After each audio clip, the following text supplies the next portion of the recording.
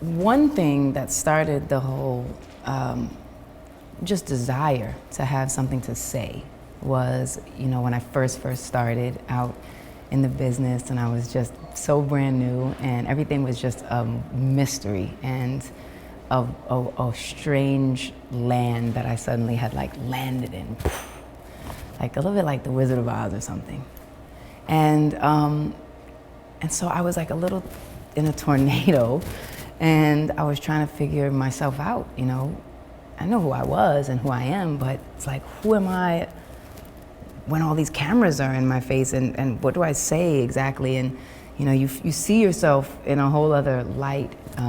Not that you're different, but that everything is magnified. So nonetheless, I realized that I was kind of retracting. I was like falling back, or I was hiding or something. And I realized one day that, if I had this opportunity to speak, if I had this opportunity to talk to people and people would listen to what I would say, maybe it was 30 seconds on an award show, or maybe it was 1 minute on an interview, I would pray that I had something to talk about, give me something to say, something that would mean something. But in regards to Keep a Child Alive, what made me want to speak up about it was really meeting people, meeting these young people that were like just a couple of years younger than me, or my age.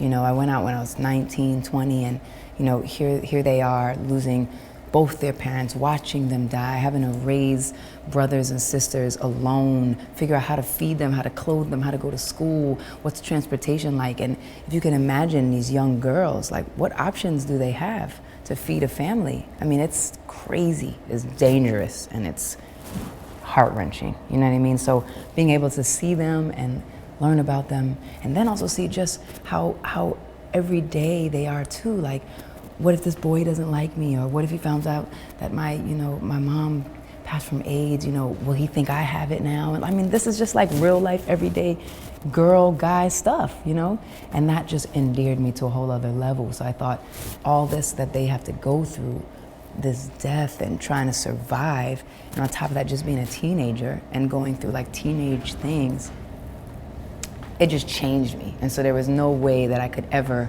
go home and act like I hadn't been touched, moved, and ignited to be a voice piece, a mouthpiece, like someone who can speak for those who couldn't speak, or just make people listen. The most important virtue of an extraordinary woman, there's many. I would definitely say tenacity, like just the utter desire to survive, and through it all, continue, never ever stopping, no matter what happens, what people say, what is done, through it all. And the other thing I would say is love